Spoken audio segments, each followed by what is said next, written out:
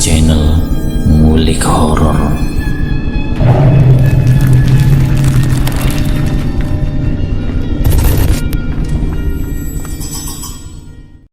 Assalamualaikum warahmatullahi wabarakatuh. Kembali lagi di channel Ngulik Horor. Channel kami menceritakan tentang kisah-kisah misteri. Kali ini saya akan membawakan kisah misteri yang ditulis oleh @acep_saeb88. Kalian juga dapat mengunjungi tweet beliau langsung ya. Nanti linknya saya akan sediakan di kolom deskripsinya. Oh ya, di dalam cerita ini, nama dan tempatnya disamarkan semua ya, untuk menjaga privasi pihak yang terlibat di dalamnya. Yuk, daripada kita lama-lama, langsung saja kita simak ceritanya. Bismillahirrahmanirrahim. Kali ini saya akan membawakan kisah misteri yang berjudul Petaka Sang Dukun Santet. Terinspirasi dari kisah nyata tentang seorang laki-laki yang suka membuat ulah, memantik permusuhan kepada banyak orang, yang ujung-ujungnya menggunakan ilmu gaib untuk menyakiti orang-orang yang dimusuhinya.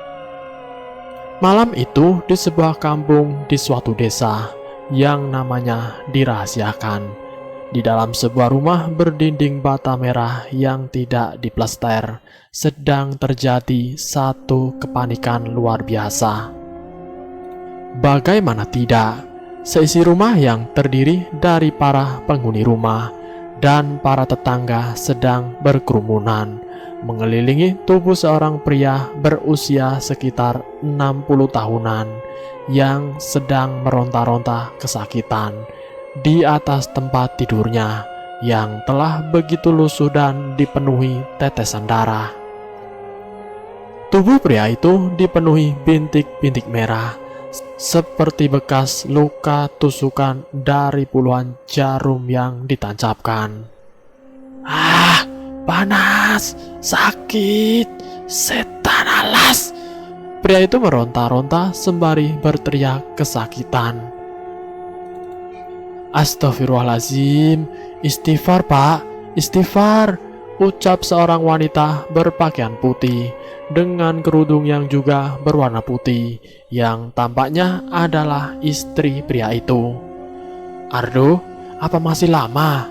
Pak Usman kok belum datang juga? Seru wanita berpakaian serba kuning yang duduk di samping istri pria yang tengah sakit misterius itu. Pak Usman tidak mungkin bisa tiba di sini dengan cepat, Bi. Jalan ke kampung kita kan rusak parah.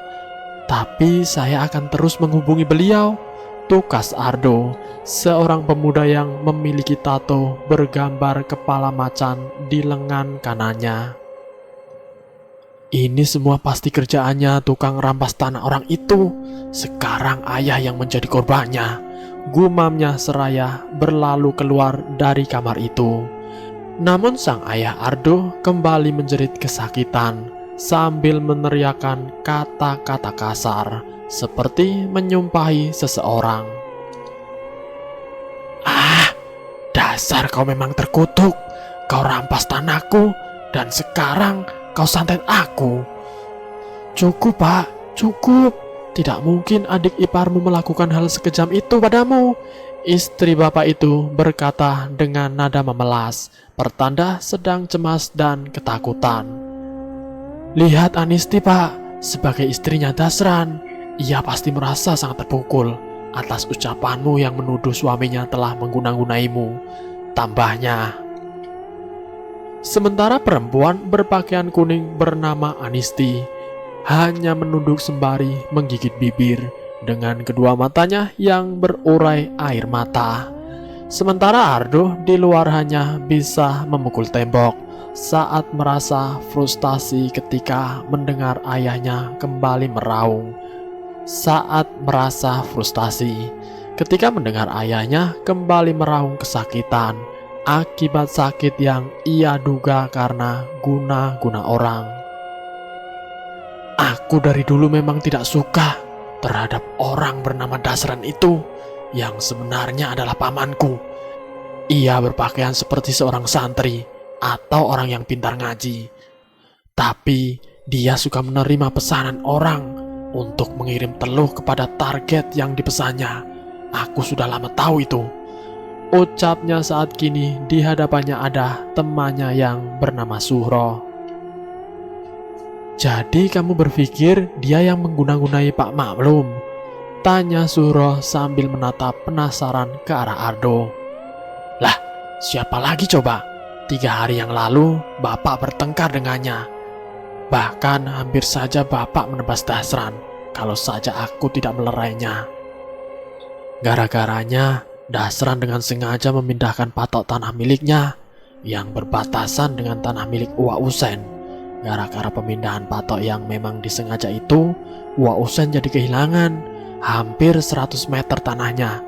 Nah, Bapak menemui Dasran untuk menanyakan hal itu dengan baik-baik. Si Dasran malah menantang Bapak duel. Bahkan ia bilang akan memutuskan tali keluarga dengan tidak mengakui ibu sebagai kakak kandungnya. Disitulah Bapak kalap, hampir membunuh Dasran. Papar Ardo panjang lebar. Suhro manggut-manggut. Tanah Pak Usen yang dimiliki bersama-sama dengan ayahmu. Aku memang pernah kasus penyerobotan dengan modus pemindahan patok batas tanah yang dilakukan Pak Darsan. Ini bukan yang pertama loh. Sebelumnya Pak Darsan juga pernah merampas tanah milik Nenek Rutini. Ketika Nenek Rutini melaporkan kasus ini, besoknya ia meninggal dengan sebatang paku besar menyembul keluar dari mulutnya. Katanya mendukung dugaan yang dilontarkan Ardo. Kasihan Nenek Rutini, sudah hidup sebatang kara, dijahatin dukun santet lagi. Tukas Ardo. Sepertinya itu mobil Pak Usman. Lanjutnya saat melihat sinar terang yang keluar dari sepasang lampu depan sebuah mobil yang semakin mendekat. Mobil tersebut terlihat melaju tersendat dengan suara mesinnya yang meraung karena banyak menggilas jalan berlumpur yang licin. Kita sebaiknya bantu mendorong, Duk, ujar Suhro seraya dengan tergopoh-gopoh menghampiri mobil jenis MVP yang sedang kesulitan bergerak itu. Ardo segera mengikuti Suhro. Mereka kemudian mendorong mobil Pak Usman sekuat tenaga hingga berhasil keluar dari jebakan jalan berlumpur itu. Terima kasih sudah membantu saya. Di mana rumahnya, Mas Suhro? Ucap Pak Usman setelah keluar dari mobilnya. Yang ini, Pak. Mari. Dan, oh ya, ini Mas Ardo, putranya Pak Haji Maklum. Suhro menunjukkan rumah Pak Maklum kepada Pak Usman, sekaligus memperkenalkan Ardo. Oh, jadi Mas Ardo ini toh orangnya, kata Pak Usman saat bersalaman dengan Ardo. Iya Pak, saya yang dari tadi sore menelpon Bapak terus. Maafkan saya jika sudah mengganggu Bapak, tukas Ardo merasa sungkan. Tidak apa-apa Mas Ardo, ayo, saya harus melihat seperti apa kondisi Pak Maklum sekarang. Dan Pak Usman terkejut saat mendengar suara teriakan Pak Maklum yang sedang mengalami kesakitan luar biasa di dalam kamarnya. Astagfirullahaladzim, ucapnya seraya bergegas menuju rumah Pak Maklum. Sesampainya di dekat Pak Maklum tanpa berbasa-basi, Pak Usman melakukan upaya untuk menghentikan kesakitannya dan penderitaan yang dirasakan Pak Maklum. Ia merapal doa serta meminta para hadirin untuk membaca ayat-ayat suci Al-Quran. Proses pengobatan berjalan alot dan menegangkan. Bagaimana tidak, Pak Maklum hampir mau menyerang Pak Usman jika tidak dicegah Suhro dan Ardo yang selalu siaga di dekat Pak Usman. Akan kubunuh kau Dasran keparat, Pak Maklum kembali bersumpah serapah di dalam penderitaannya. Beberapa menit berlalu hingga setengah jam pun lewat. Pak Maklum akhirnya berhenti meronta-ronta kesakitan setelah Pak Usman menyelesaikan ritual penyembuhannya. Tidak lama setelah ritual selesai, Pak Usman menemukan puluhan paku berukuran kecil bergeletakan tertindih tubuh Pak Maklum. Paku-paku tersebut dalam kondisi berlumuran darah yang mengering serta panas saat disentuh.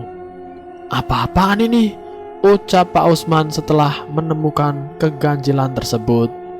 "Benar dugaanku, Bapak memang terkena santet. Pasti Dasran pelakunya," geram Ardo setelah melihat paku-paku tersebut. "Dasran? Pak Dasran yang suka menjadi pembawa acara di pengajian-pengajian di kampung? Itu tidak mungkin. Ia seorang yang tekun beribadah dan bersahaja. Ia selalu berpakaian ala santri jika bepergian kemanapun," tukas Pak Usman dengan nada tidak setuju. Ardo tercengang mendengar perkataan Pak Usman. "Bapak pernah mendengar atau belum tentang beberapa kasus yang menyeretnya ke meja hijau? Dia memang selalu menang di pengadilan, juga kemenangannya selalu didahului oleh kematian orang yang menjadi lawannya," kata Ardo sambil menatap gusar ke arah Pak Usman. "Cukup Ardo, kamu keluar. Jangan menuduh pamanmu yang tidak-tidak," bentak Bu Maklum yang adalah ibunya Ardo. Ardo terkesiap mendengar bentakan ibunya.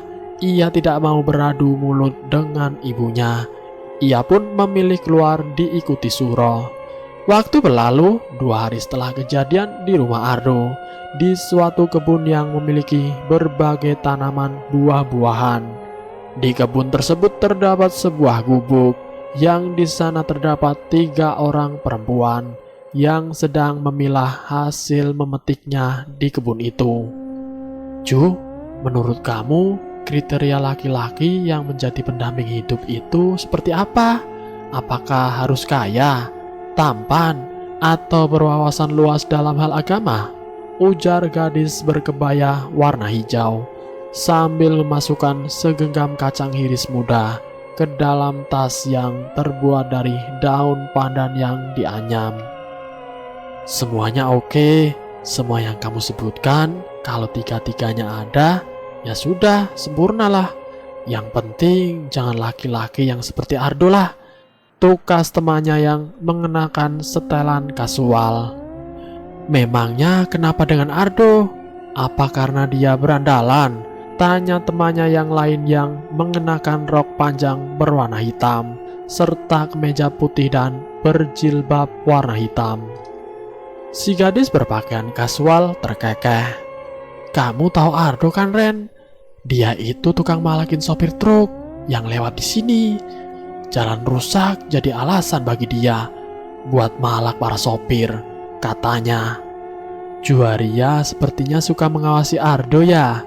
Diam-diam nih, ternyata suka memperhatikan si pemuda bertato itu. Hahaha, tukas si gadis berkebaya hijau. Juaria menepuk kening. "Aku kan tahu kelakuan semua orang, entah itu yang baik atau yang jelek, termasuk kelakuan kalian berdua yang suka diam saja di bulan puasa, diam-diam makan di warteg di siang hari sampai nambah 3 piring. Hahaha," katanya sambil tertawa. "Ye, dia bercanda. Ayo kita ketawa sekali saja." "Haha," balas gadis berkebaya hijau. "Dina, sebenarnya Pak Usman waktu itu mau kemana ya malam-malam? Dia terburu-buru begitu habis rapat di desa?" tanya Juaria ke temannya yang berjilbab. "Aku tidak tahu, mungkin Rena yang tahu," tukas Dina sambil melihat ke arah Rena, gadis berkebaya hijau. "Tanya Ardo, aku rasa dia yang lebih tahu," tukas Rena spontan. "Kok malah Ardo?" Dina terkekeh menanggapi perkataan Rena. Ketika mereka sedang berbincang itulah terdengar suara seperti seorang sedang memaki-maki. "Sudah cukup Pak Dasran. Cabut semua benih kelapa yang sudah Anda tanam di tanah saya. Jangan coba-coba merampas tanah saya dengan modus menanaminya dengan pohon kelapa. Saya tidak pernah memberi Anda izin untuk menanami lahan saya. Jangan suka mencari gara-gara. Begitulah kata-kata bernada kemarahan yang keluar dari mulut seorang laki-laki berpakaian atasan kemeja putih dan bawahan celana bahan berwarna hitam. Laki-laki itu sedang berhadapan dengan seorang laki-laki yang lebih muda, yang mengenakan celana agak gombrong, berwarna putih serta kaos putih tipis dan mengenakan kopiah batik. Rena Juwaria dan Dina tampak menguping, sembari mengintip dari balik rumpun pisang. Itu kan Pak Onta. Tampaknya Pak Dasran menanami tanahnya tanpa izin. Makanya Pak Onta marah, ucap Juwaria pelan. Sembarangan saja sih kamu, ganti-ganti nama orang. Ingat ya, Pak Anta, pakai A bukan O, serga Rena sambil tatapannya tidak lepas dari kedua orang yang sedang adu argumen itu. Saya menanam kelapa di tanah Bapak karena saya berpikir Bapak akan senang memiliki tanaman kelapa di lahan Bapak tanpa harus susah payah menanam, kata Pak Darsan kalem. Anda tanami tanah saya dengan tanaman lain pun saya tidak membolehkannya. Apalagi Anda tanami kelapa tanpa izin lagi. Sebaiknya cabut kelapa-kelapa itu dan angkat kaki dari tanah saya. Pak Anta terlihat semakin beringas di hadapan Pak Darsan. Pak Darsan terkekeh. Oke, I will remove it son, katanya sok Inggris. Pak Darsan kemudian pergi begitu saja tanpa memenuhi perkataan Pak Anta. Sial, dasar tidak beradab. Terpaksa aku yang harus menyingkirkan kelapa-kelapa itu.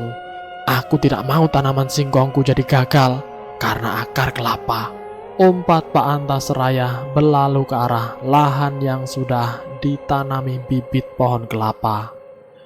Malam pun tiba. Di dalam rumah Pak Anta tampak ia bersama keluarganya sedang bersantap. Pak, kenapa Bapak tidak selesaikan masalah dengan Pak Darsan dengan baik-baik? Ibu jadi merasa takut karena keributan antara Bapak dengan Pak Darsan, ujar Bu Anta disambut tatapan semua anggota keluarga. Takut kenapa sih Bu? Takut orang itu menyeret Bapak ke meja hijau. Bapak tidak takut Bu. Bapak siap meladeni apa maunya, tukas Pak Anta dengan yakin.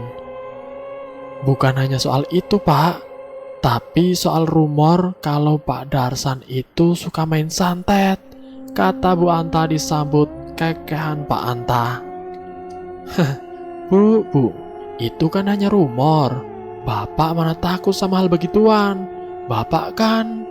Mendadak Pak Anta berhenti berbicara, diikuti kedua matanya yang mendelik. Bapak, Bu Anta beserta dua putra-putrinya menjerit histeris saat menyaksikan Pak Anta mendelik, sembari menggeram di kursinya. Ia juga kemudian menjerit kesakitan, disusul mulutnya yang mengeluarkan darah yang memancar. Keadaan di dalam rumah menjadi sangat mencekam, apalagi suara jeritan para penghuni rumah terdengar memilukan. Otomatis para tetangga yang rumahnya dekat lantas berhamburan menuju rumah Pak Anta. Apa yang terjadi Bu? Teriak salah seorang tetangga sembari mengetuk pintu. Pak Anta, Bu Anta, buka pintunya. Adeli dan Sofan yang lain pun turut memanggil anggota keluarga Pak Anta dari luar rumah.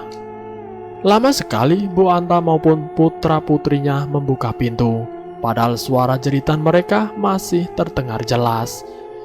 Rupanya di dalam rumah, selain dihadapkan pada Pak Anta yang sedang meronta-ronta kesakitan setelah ia jatuh dari kursinya akibat terkena serangan guna-guna, mereka juga dihadapkan dengan penampakan sesosok makhluk berbadan tinggi dan besar nan menyeramkan. Sosok itu berwarna hitam dan berbulu serta memiliki taring panjang. Sosok itu dapat melayang dan kini sedang menuju ke arah Pak Anta. Sesampainya di dekat Pak Anta, sosok itu meraih leher laki-laki itu dan mengangkatnya dengan sebelah tangan. Tentu saja itu menjadi pemandangan mengerikan. yang disaksikan oleh Bu Anta dan anak-anaknya. "Bapak, tolong! Siapapun yang datang, tolong Bapak!" Suara gedoran pintu dari arah teras semakin keras terdengar. Namun Bu Anta dan anak-anaknya tidak bernyali untuk pergi dan membukakan pintu. Itu karena sosok jahat tersebut tepat berada menghalangi jalan sambil mengangkat tubuh Pak Anta ke udara. "Tolong!" Namun kemudian dari arah pintu depan terdengar suara benturan keras, disusul suara benda berat yang jatuh. Itu adalah pintu yang ternyata tadi sedang didobrak oleh para tetangga yang datang. Ketika pintu berhasil dibuka, mereka menyerak masuk dan mendapati Bu Anta dan anak-anaknya sedang bersimpuh mengerumuni tubuh Pak Anta yang sudah tidak bergerak lagi. Tampak darah membasahi hampir sekujur tubuh laki-laki malang itu. "Sial, kita terlambat," ujar salah seorang warga sambil menoleh ke arah Pak Usman yang turut datang bersamanya. "Innalillahi," Pak Usman berucap saat mengetahui bahwa Pak Anta telah tiada. "Saya benar-benar meminta maaf karena terlambat datang. Saya memohon maaf dengan setulusnya ya Bu," ucapnya diiringi isak tangis Bu Anta dan anak-anaknya. Malam itu juga jenazah Pak Anta disemayamkan untuk kemudian dikebumikan di pemakaman umum yang berada di sekitar masjid di kampungnya Pak Anta. "Jadi ada sosok besar itu yang membuat ayahmu meninggal," ujar Pak Usman saat menanyai putra Pak Anta yang bernama Sofan. Anak laki-laki itu berusia antara 16 hingga 18 tahun. Sofan mengangguk mengiyakan. "Betul Pak Ustadz, makhluk itu sangat mengerikan. Saya pikir itu hanya penampakan, tapi nyatanya makhluk itu bisa menyerang ayah saya. Ia mengangkat ayah saya hanya dengan sebelah tangan. Saya dan ibu sudah berusaha menyelamatkan ayah, tapi kami gagal. Makhluk itu sangat kuat. Ia menghilang begitu saja setelah ayah meninggal karena cekikannya," jelas Sofan sambil mengusap air matanya. Pak Usman hanya bisa mengucap istighfar. Ia tahu betul jika peristiwa yang menimpa Pak Anta bukan yang pertama, bahkan bisa dibilang yang ketujuh. "Saya sudah mendapatkan informasi soal pertengkaran almarhum dengan Pak Darsan. Saya sudah mengeceknya dan benar, almarhum bertengkar dengan Pak Darsan karena masalah tanah miliknya yang ditanami oleh Pak Darsan tanpa izin. Ini bukan yang pertama. Pak Maklum juga pernah mengadukan masalah yang mirip dengan pelaku yang sama. Tampaknya saya harus bertemu Pak Darsan. Saya ingin menanyakan secara langsung," kata Pak Usman saat berkumpul bersama warga di aula balai desa. "Sebaiknya Pak Ustadz berhati-hati. Pak Darsan itu sangat misterius. Berbicara baik-baik dengannya tidak menjadi jaminan bahwa dia tidak akan memusuhi kita. Intinya ya, Pak Ustadz harus tetap waspada," tukas salah seorang warga. "Betul apa kata Pak Udran, Pak Darsan itu sangat misterius. Mungkin dia terlihat baik di mata orang yang baru pertama mengenalinya, tapi fakta bahwa dia selalu mencari gara-gara dengan warga yang lain menjadi perhatian serius bagi kita. Apalagi banyak kejadian warga yang pernah bersitegang dengannya mengalami sakit aneh, yang lebih tepatnya sakit karena guna-guna. Bahkan di antaranya ada yang meninggal, termasuk Pak Anta," timpal yang lain. "Saya hanya mohon doanya ya, semoga saya diberikan perlindungan oleh Allah Subhanahu wa Ta'ala.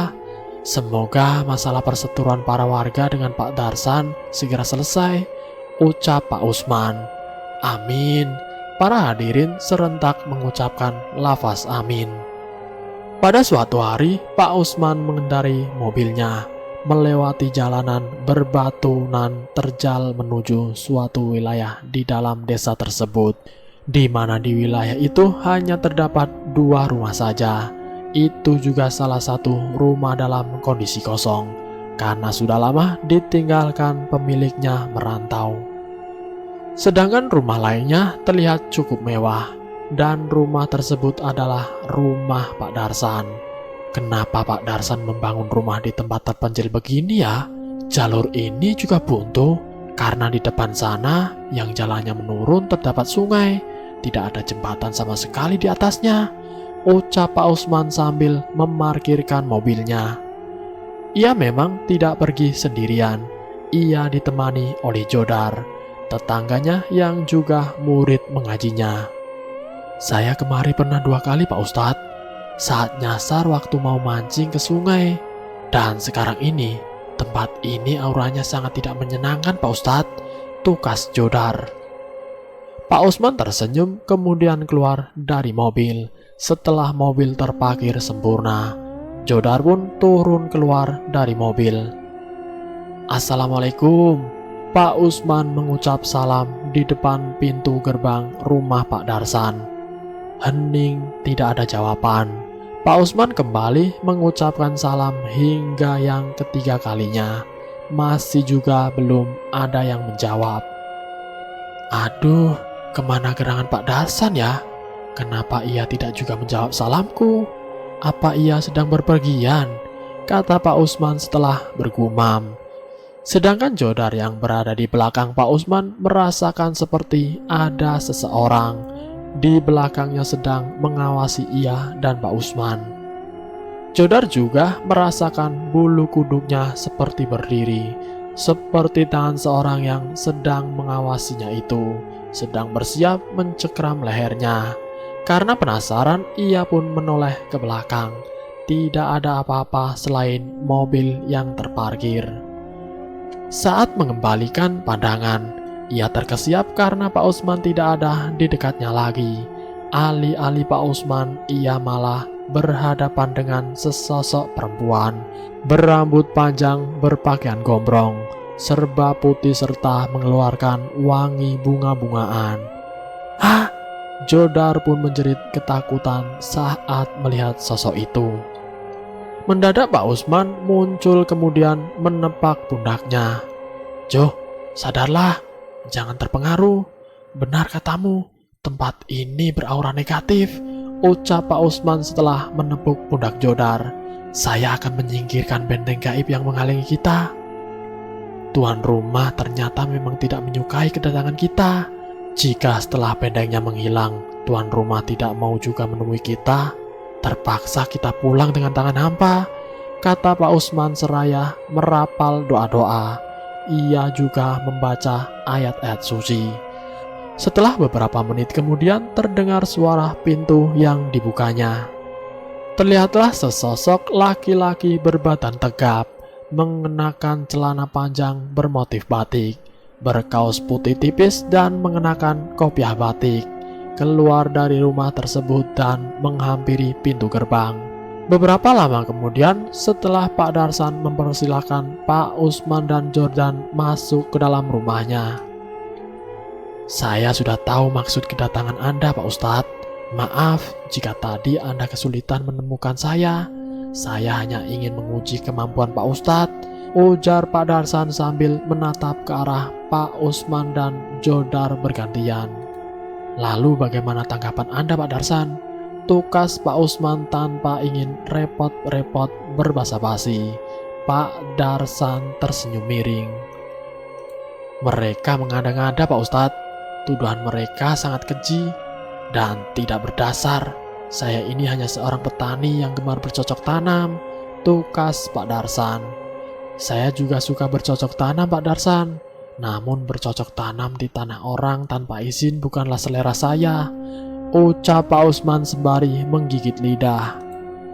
Raut wajah Pak Darsan tiba-tiba berubah. Jodar yang memperhatikan itu merasa sangat was-was.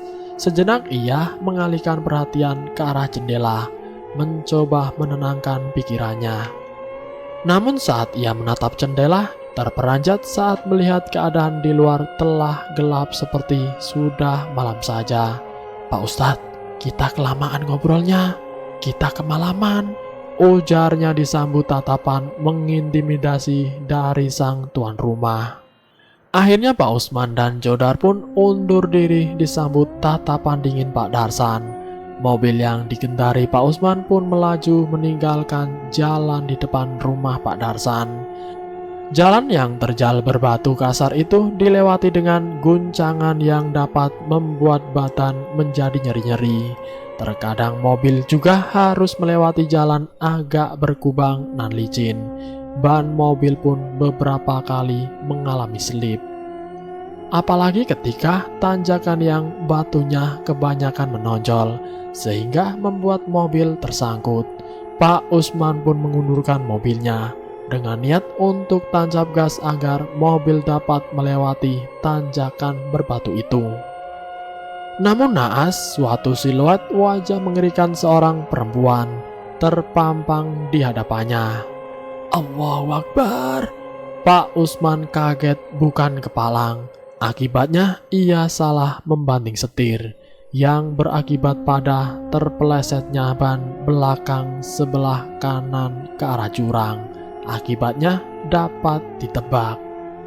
Mobil yang dikendari Pak Usman pun terjun ke dalam jurang bersama sopir dan penumpangnya. Nyala lampu hasad terlihat berkedip-kedip dari mobil yang kini berada di dasar jurang dalam kondisi terbalik. Di dalam mobil, Pak Usman masih tersadar, sementara Jodar telah kehilangan kesadarannya akibat kepalanya terbentur langit-langit. Dalam posisi terbalik dengan kepala di bawah, Pak Usman samar-samar melihat banyak sekali wajah mengerikan yang menempel ke kaca jendela mobil. Penampakan banyak wajah mengerikan itu juga mengeluarkan suara erangan mengerikan yang membuat gendang telinga serasa diketuk-ketuk martil. Akhirnya Pak Usman pun turut kehilangan kesadaran menyusul Jodar. Saat tersadar kembali, ia sudah berada di dalam sebuah kamar rawat di rumah sakit. Pak Ustadz, Bapak sudah sadar, ujar seorang yang rupanya sedari awal menunggu Pak Usman. Mama, di mana ini ya? Tukas Pak Usman seraya berupaya bangun dari tempat tidurnya. Bapak sedang ada di rumah sakit. Bapak habis kecelakaan. Beruntung ada warga yang lewat, yang menemukan mobil Bapak di bawah jurang pinggir jalan ke kampungnya Pak Darsan. Tukas wanita yang adalah istrinya Pak Usman itu. Pak Usman tercengung, kemudian mengingat-ingat apa yang semalam dialaminya. Ia kemudian teringat pada Jodar. Di mana Jodar, Mah? Tanyanya sambil celingukan. Jodar di kamar sebelah, Pak. Tadi sih ia belum siuman. Mungkin sekarang sudah. Tukas Bu Usman seraya memperhatikan wajah suaminya itu. Wajah Bapak pucat sekali. Tidak seharusnya Bapak kemarin itu pergi ke sana. Terlalu bahaya. Lanjutnya. Sementara di luar ada beberapa orang warga yang datang untuk menjenguk Pak Usman. Mereka berkumpul sembari membicarakan tentang kejadian yang dialami Pak Usman dan muridnya. Saya sudah memperingatkan beliau, Pak Adun, tapi rupanya beliau tetap pergi ke sana. Habis itu ya kejadian deh, ujar seorang warga yang mengenakan baju batik berwarna dasar putih. Tidak salah lagi, Pak Darsan telah mengguna-gunai Pak Ustadz hingga mobilnya masuk jurang. Pak Darsan memang tidak bisa diajak kompromi, bahkan oleh orang terpandang sekalipun. Tukas Pak Adun sambil melihat arah kedatangan dua orang pemuda, serta seorang pria yang berusia sekitar 50 tahunan. Dua orang pemuda itu adalah Ardo dan Suro, sementara pria berkopiah hitam itu belum diketahui siapa sebenarnya. Ardo, putranya Pak Maklum yang dulu pernah masuk penjara itu. Ya, kata warga yang bersama Pak Adun setengah berbisik. Dia juga keponakannya Pak Darsan. Apa yang akan dia lakukan di sini? Ucap Pak Adun. Sementara Ardo hanya menatap dingin ke arah para warga yang sedang memperhatikannya itu. Ia bersama Suhro memasuki kamar di mana Pak Usman dirawat. Pria yang bersama mereka pun turut masuk ke ruang rawat Pak Usman. Di dalam sana mereka disambut istri Pak Usman. "Silahkan Ardo, kebetulan Bapak sudah siuman. Ini juga baru selesai makan," ucap Bu Usman seraya mempersilahkan para penjenguk untuk duduk. Beberapa lama kemudian, "Jadi Pak Tarmin ini kakaknya almarhum Pak Anta. Bapak tidak pernah terlihat di kampung ini. Apa Bapak merantau?" ucap Pak Usman sambil menatap pria bernama Pak Tarmin itu. "Betul Pak Ustadz, saya kakaknya Pak Anta. Saya jarang kemari karena tempat tinggal saya di seberang lautan. Saya tinggal di Lampung Pak. Saya baru kemari. Itu juga sendiri saja, tanpa membawa anak dan istri. Saya kemari karena mendengar kabar adik saya meninggal," tutur Pak Tarmin. "Oh, begitu toh Pak. Musibah ini memang sangat menyakitkan. Semoga Bapak dapat mengikhlaskan kepergian adik Bapak," tukas Pak Usman. "Insya Allah saya ikhlas dengan kepergian adik saya Pak Ustadz. Tapi saya kemari juga memiliki niat untuk melenyapkan bala yang selama ini menghantui desa ini. Saya sudah mendengar desas-desus mengenai adanya warga yang selalu mencari gara-gara dengan warga lain. Nah, kasus kematian adik saya menjadi cambuk bagi saya. Untuk menghentikan bala yang selama ini menghantui di desa ini, apakah Bapak berkenan dengan niat saya ini?" tutur Pak Tarmin disambut kening berkerut dari Pak Usman. "Menghentikan bala? Bapak sudah tahu kalau saya baru mengalami kecelakaan," ucap Pak Usman sambil menatap penasaran ke arah Pak Tarmin. "Tentu saja Pak Ustadz, para warga yang memberitahu saya saat kami berkumpul bersama mengobrol di warung Bu Isti," tukas Pak Tarmin. Mendadak terdengar suara nada dering handphone milik Ardo. Pemuda itu pun lantas meminta izin untuk mengangkat teleponnya. "Iya, ada apa Pak?" ucap Ardo. "Apa? Lalu, apakah ibu masih kesakitan seperti yang pernah dialami Bapak?" Suhro yang mendengar pembicaraan Ardo dan ayahnya ditelepon lantas curiga dengan kata-kata mereka. "Ada apa Do? Apa yang terjadi dengan Bu Mina?" tanyanya penasaran. "Celaka, ibu terkena guna-guna seperti yang pernah dialami Bapak," tukas Ardo setelah menutup panggilan. "Apa? Keterlaluan. Apa iya masih dia pelakunya?" geram Suhro. "Siapa lagi Suh? Di desa ini hanya dia yang memiliki kemampuan seperti itu," tukas Ardo seraya mengalihkan pandangan kepada Pak Usman dan Pak Tarmin yang sedari tadi menatap kaget ke arahnya. "Kita akan ke rumahmu Mas Ardo," ucap Pak Usman. "Bapak beristirahat saja dulu, biar saya yang tangani," kata Pak Tarmin seraya membimbing Pak Usman ke tempat tidurnya. Ardo bersama Suhro dan Pak Tarmin segera meninggalkan rumah sakit menuju rumahnya yang berjarak beberapa kilometer jauhnya dari rumah sakit. Dengan menggunakan sepeda motor trail, Ardo membonceng Pak Tarmin diikuti Suhro yang mengendarai motor bebek. Sesampainya di rumah, mereka dihadapkan pada kondisi yang menegangkan, di mana Bu Maklum sedang mengelepar di atas tempat tidur. Pak Maklum bersama Anisti serta 3 orang gadis yang adalah Rena, Juwaria, dan Dina memegangi tubuh Bu Maklum agar tidak lepas kendali. "Ibu!" Ardo segera menghampiri ibunya, kemudian berusaha menenangkan ibunya. "Ah, setan, aku akan mematuk orang yang merebut tanahku. Istighfar Bu, istighfar." Pak Maklum berusaha menenangkan istrinya tersebut.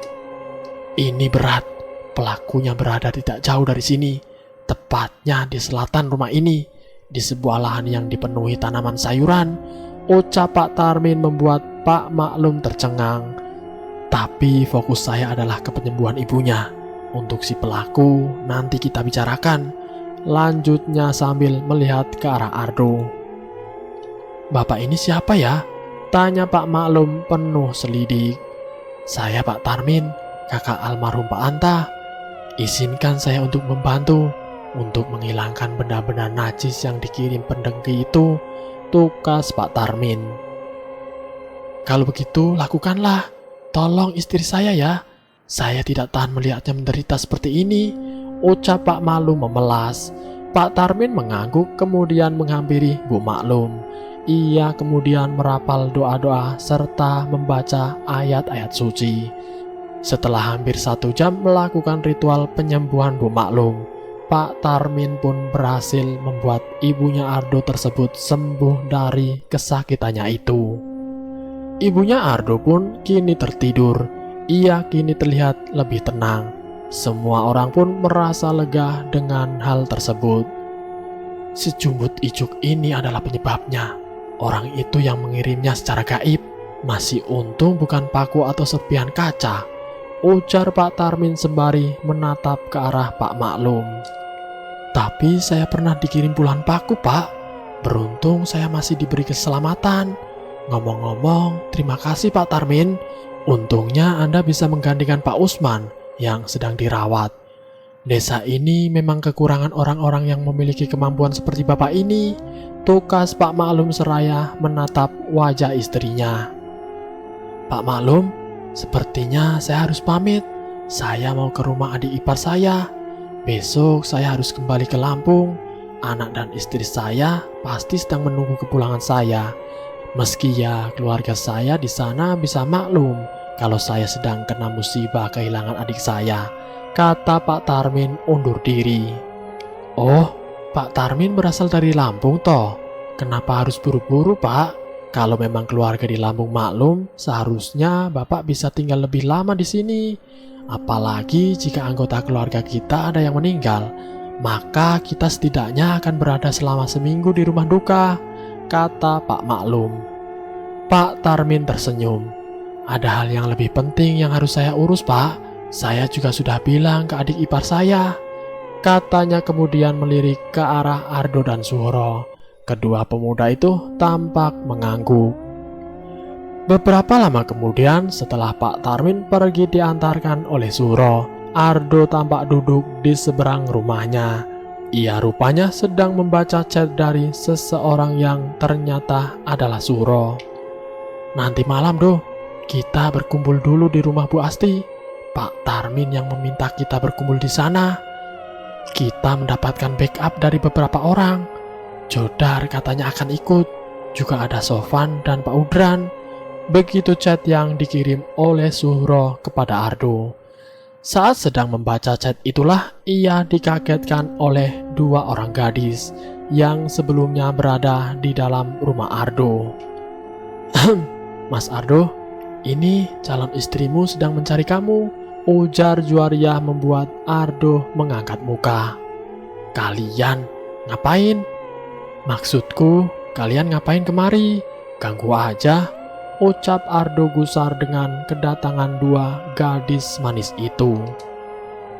Idih, mulutnya tajam sih ayangnya Rena, ucap Juwaria disambut sentilan oleh Rena. Kami merasa jenuh di dalam. Ayahmu sama Dina kusuk banget baca Al-Qur'annya. Kami pun pergi karena gak mau mengganggu, lanjutnya. Kenapa kalian tidak ikut membaca Al-Qur'an? Karena gak berhijab? Atau karena lagi berhalangan? Tanya Ardo seraya mengantongi handphonenya. Jujur saja Mas Ardo, saya tidak betah di dalam rumah Mas Ardo. Kayak ada hawa-hawa aneh gitu. Kadang-kadang saya seperti melihat seseorang perempuan berkebaya merah, berwajah rusak, sedang memelototi saya, kata Rena disambut tatapan dingin Ardo. Kalau tidak betah di rumah, mending pulang saja. Aku tidak memaksa kalian untuk datang kok. Lagi pula kan ada Bibi. Ardo. Ardo memotong ucapannya sendiri saat melihat Bu Anisti atau bibinya sedang mengeluarkan motornya dari garasi yang dulunya digunakan untuk mobil. Bibi mau pulang? Tanya Ardo seraya beranjak menuju bibinya itu. Iya dok, Bibi harus pulang. Pamanmu selalu marah kalau Bibi kelamaan di sini. Taulah, pamanmu itu memang sangat egois, tutur Bu Anisti seraya menghidupkan mesin sepeda motornya. Apa Bibi tidak bisa menginap saja? Tanya Ardo sambil menatap bibinya itu dengan tatapan seperti seseorang yang tidak rela melepaskan. Ibu selalu membutuhkan bantuan dari Bibi, baik itu memasak atau merawat ibu saat beliau sedang tidak sehat, apalagi saat ini, Bi. Lanjutnya, maafkan Bibi, Do. Bibi tetap harus pulang. Doakan yang terbaik saja ya, Do. Tukas Bu Anisti seraya melanjutkan sepeda motornya. Bibi, Ardo berseru tertahan dengan tangan kanannya yang menggapai tertahan ke arah sosok bibinya yang semakin menjauh. Entah kenapa, aku seperti berfirasat bahwa barusan itu akan menjadi yang terakhir bagiku melihat Bibi, ucapnya dengan perasaan tidak menentu. Mas Ardo, jangan bengong, nanti kesambut nenek Poci, seru Juaria saat lewat bersama Rena menuju teras rumah. Ardo tidak menyahut, ia kemudian memasuki rumah. Saat malam menjelang, Ardo telah berada di rumah Bu Asti, di mana Pak Tarmin dan orang-orang yang disebut Suhro dalam chat telah hadir di sana. Mereka adalah Pak Tarmin, Sofan, Jodar, Suhro, dan Pak Udran. Apapun yang akan kita lakukan pada jam 2 dini hari nanti, harus kita rahasiakan serapat mungkin. Tentu itu bukannya tanpa risiko. Jika kita tidak mati di tangannya, maka kita akan ditangkap polisi dan dijebloskan ke penjara, bahkan bisa saja dihukum mati jika target berhasil kita binasakan, ujar Pak Tarmin sembari menatap ke arah barisan golok dan celurit bersarung yang ditaruh di atas meja di hadapannya. Perlu diingat ya para pemuda, setidaknya 5 orang yang harus maju, sisanya mengawasi di luar. Maju sendiri hanya akan membuat nyawa melayang sia-sia. Yang akan kita lakukan mungkin keji, jangan ada korban lagi. Cukup malam ini 1 korban, yaitu orang itu, timpal Pak Udran sembari mengangkat telunjuknya. Singkat cerita, malam berlalu hingga pada jam 2 dini hari. Kelompok yang beranggota Pak Tarmin, Ardo, Suhro, Jodar, Sofan, dan Pak Udran telah berada di satu kebun di belakang rumah mewah yang berdiri terpencil. Rumah itu jelas adalah rumah Pak Dasran. Keenam orang itu mengenakan topeng hitam yang biasa dikenakan pelaku kriminal. Sebelum memulai aksinya, mereka terlebih dahulu mendengarkan arahan dari Pak Tarmin. Saya sudah mengusir para demit yang mengelilingi rumah itu. Dengan demikian, kita dapat masuk ke dalam sana. Pintu kecil itu adalah jalan kita yang paling aman. Memaksakan diri masuk melalui pintu gerbang sangat berisiko. Di sana penjaganya terlalu kuat. Meski demikian, itu tidak akan mencampuri urusan kita, tutur Pak Tarmin seraya mengawasi pintu kecil yang ia maksud. Apa saya bisa langsung mendobraknya? Tanya Sofan yang telah siap dengan linggis kecilnya. Sebentar, ucap Pak Tarmin seraya menghampiri pintu tersebut. Aman, pintu ini sekarang benar-benar bersih dari penunggu, katanya setelah memeriksa pintu tersebut. Sofan pun maju dan mulai melancarkan aksinya. Berbekal linggis kecil serta seperangkat peralatan memotong, Sofan pun berhasil membuka pintu kecil yang merupakan pintu tembok rumah yang mengarah langsung ke kebun.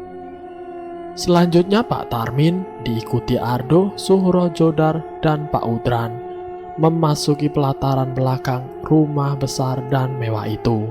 Sementara Sofan mengawasi dari belakang sembari celingukan. Katanya demitnya sudah pada pergi. Kok aku merasa seperti mereka masih ada di sini? Sofan bergumam saat merasa bulu kuduknya merinding. Meski tidak melihatnya secara langsung, Sofan dapat merasakan kehadiran sesosok tinggi besar berbulu lebat berwarna hitam di belakangnya. Sofan, jika kamu mendapati salah satu atau lebih dari mereka, sebaiknya kamu ikut saja ke dalam. Kamu tidak usah ikut beraksi, cukup menunggu saja, kata Jodar yang melihat gelagat aneh dari Sofan. Mendadak Zuhro kembali ke arah pintu kecil, sembari mengangkat teleponnya. Setengah berbisik ia berbicara melalui handphonenya. Bilang ke Saini, kuatkan, bertahanlah. Semoga setelah kami berhasil, ia segera sembuh. Aku tahu apa yang telah terjadi kemarin siang itu. Aku sudah wanti-wanti kepadanya, agar jangan mengedepankan emosi kalau berhadapan dengan Pak Dasran. Zuhro terdiam sejenak saat lawan bicaranya berbicara. Ya sudah, tolong jagain istri saya, Mbok.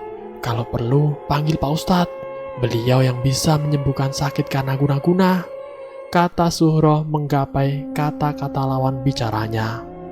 Zuhro, ayo, jangan terpencar, ucap Ardo yang menyusul Zuhro. Sementara yang lain tengah berdiri memperhatikan pintu belakang yang terlihat begitu kokoh. Mereka sepertinya sedang bingung bagaimana cara membuka pintu tersebut. Sofan maju kemudian mencongkel pintu tersebut dengan linggisnya. Namun tiba-tiba ia mengibas-ngibaskan kedua tangannya seperti yang kepanasan. Sofan, kenapa nak? Tanya Pak Tarmin kaget. Panas, Wak. Tangan saya seperti habis memegang besi yang dibakar. Tukas Sofan seraya meringis menahan panas di tangannya yang seperti melepuh saja. Biar Wak saja, kata Pak Tarmin kemudian bibirnya berkomat-kamit. Setelah itu ia meraih linggis tersebut. Aduh, sekarang, ucapnya. Tanpa basa-basi, Ardo mengayunkan golok panjang yang ditentengnya ke arah pintu. Brak! Pintu yang terlihat kokoh tersebut terbelah menjadi dua setelah ditebas oleh Ardo. Setelah pintu terbelah, mendadak sesosok manusia berkelebat menerjang ke arah Ardo yang berderit tepat di depan pintu yang terbelah. Sosok itu menggenggam sebilah golok pendek. Kemunculan sosok tersebut membuat Pak Tarmin dan kawan-kawan pun akhirnya harus memulai pertempuran. Setidaknya 1 orang melawan 5 orang. Pertarungan berlangsung tidak hanya di teras belakang saja. Pertarungan itu juga berpindah tempat menjadi ke dalam rumah, karena pribumi atau sang target seringkali menghindari serangan dengan berlari ke dalam rumahnya, yang kemudian dikejar oleh 2 penyerang. Berikutnya 3 penyerang masuk ke dalam rumah, menebaskan senjata tajam yang menghancurkan berbagai perabotan ataupun perlengkapan di dalam rumah. Setiap kali para penyerang melakukan serangan, target selalu berhasil menghindar. Bahkan target terkadang melakukan manuver yang cukup mengagetkan, yaitu melompat ke arah dinding kemudian menempel di sana seolah-olah badannya dapat menempel di sana. Duh, celaka kita, bisa menempel di tembok, ucap Zuhro seraya melihat dengan waspada ke arah sosok Pak Darsan yang sedang menempel di tembok dengan jarak ke lantai setinggi 3 meter. Tanpa menyaut, Ardo melompat ke arah sosok Pak Darsan sembari menebaskan goloknya. Srek, golok mengoyak wallpaper dinding, sedangkan target berhasil menghindar. Bahkan Pak Darsan berhasil memasukkan serangan ke arah Ardo, hingga pemuda itu ambruk tidak jauh dari serpihan pasir dari tembok yang berhasil ia koyak. Pak Dasran yang merasa menang lantas menderu ke arah Ardo sembari menebaskan goloknya. Namun Pak Udran muncul dari belakang, menebasnya dengan badik namun tidak berhasil melukai Pak Dasran. Ternyata Pak Dasran kebal oleh senjata, padahal ia selalu menghindar ketika diserang meski ia kebal senjata. Jodar juga turut menyerang dengan celuritnya, namun celuritnya hanya mampu mengoyak bagian belakang kaos yang dikenakan Pak Dasran. Selebihnya serangannya tidak berefek apa-apa pada target. Justru Pak Darsanlah yang kini menjadi beringas, memasukkan serangan gencar kepada penyerang yang jaraknya cukup dekat darinya. Itu adalah Suhro yang awalnya hendak menyerang. Justru kini ia tersedak karena lawannya berhasil membuatnya terpojok di sudut ruangan. Kemampuan bertarung Pak Dasran memang sangat tidak bisa dianggap remeh. Terbukti kelima penyerangnya dengan mudahnya ia buat tersedak. Apalagi ia memiliki kemampuan magis yang tidak main-main. Itu dibuktikan dengan terjatuhnya Pak Udran hanya dengan lontaran sebutir kerikil saja. Kini Suhro bersiap menemui nasib buruknya saat dilakukan oleh Pak Darsan. Barangkali saat itu juga ia akan mati. Apalagi lawannya bersiap menebasnya saat Suhro sudah tidak mungkin dapat menghindari serangan lawan. Mendadak seorang menerjang ke arah Pak Dasran, seraya menaburkan segenggam pasir tepat ke arah kedua mata laki-laki itu. Itu adalah Ardo, yang rupanya berhasil bangkit setelah ambruk akibat serangan Pak Darsan. Pak Dasran yang kedua matanya kemasukan pasir lantas terhuyung. Ia berusaha membersihkan kedua matanya dari pasir yang ditaburkan Ardo. Namun mendadak suatu tebasan golok menghantam tengkuknya. Ia jatuh telungkup di atas lantai. Selanjutnya tebasan lainnya datang mengoyak belakang kepalanya. Ini adegan sadis. Jadi saya cukup saja sampai di sini. Mendadak dari arah ruangan sebelah kiri terdengar suara teriakan seorang perempuan. Disusul suara benda jatuh berdebum bersamaan dengan suara berderak. "Siapa itu?" kata Pak Tarmin setelah memastikan target telah tewas. "Bibi Anisti," ucap Ardo seraya berlari ke arah ruangan sebelah kiri. Kemudian mendapati Sofan sedang berjongkok di samping tubuh perempuan yang adalah Bu Anisti. "Kau apakan dia? Dia tidak ada salah apa-apa. Kenapa kau bunuh?" Ardo menerjang hendak menyerang Sofan, namun dicegah oleh Suhro. "Saya tidak membunuhnya, Mas Ardo. Ia terpeleset saat berlari setelah melihat Pak Darsan mati. Saya berani bersumpah, Mas," kata Sofan mengajukan pembelaan. Ardo berusaha mengendalikan emosinya. Ia hanya mengusap wajahnya dengan frustasi. "Benar, ia terpeleset," ujar Pak Tarmin saat melihat lantai yang basah seperti bekas disiram air. Sofan menyiramkan air ke lantai. Sebenarnya bertujuan untuk menghambat pergerakan Pak Darsran, tapi sayangnya malah istrinya yang kena. Sekarang dua-duanya telah tiada. Lanjutnya, esok harinya desa tersebut geger dengan kematian sepasang suami istri yang bertempat tinggal di lahan terpencil, yaitu Pak Dasran dan Bu Anisti. Sejak kematian mereka, hal-hal ganjil yang menimpa warga desa menghilang begitu saja. Orang-orang yang terkena guna-guna mendadak sembuh. Meski melenyapkan, sang dukun santet turut melenyapkan bala dari desa. Namun para pelakunya segera saja ditangkap pihak berwajib karena dianggap melakukan pembunuhan berencana dengan alasan yang mengada-ngada. Dan selesai. Itulah kisah misteri yang berjudul Petaka Sang Dukun Santet. Kisah kali ini memanglah sangat tragis. Tapi kisah kali ini tidak patut untuk ditiru. Semoga kita semua selalu dalam lindungan Allah Subhanahu wa Ta'ala. Terima kasih sudah mampir di channel kami. Jika kalian tertarik dengan video kami, silahkan tekan tombol like, share, dan komen. Tekan subscribe untuk mengikuti video kami selanjutnya. Wassalamualaikum warahmatullahi wabarakatuh.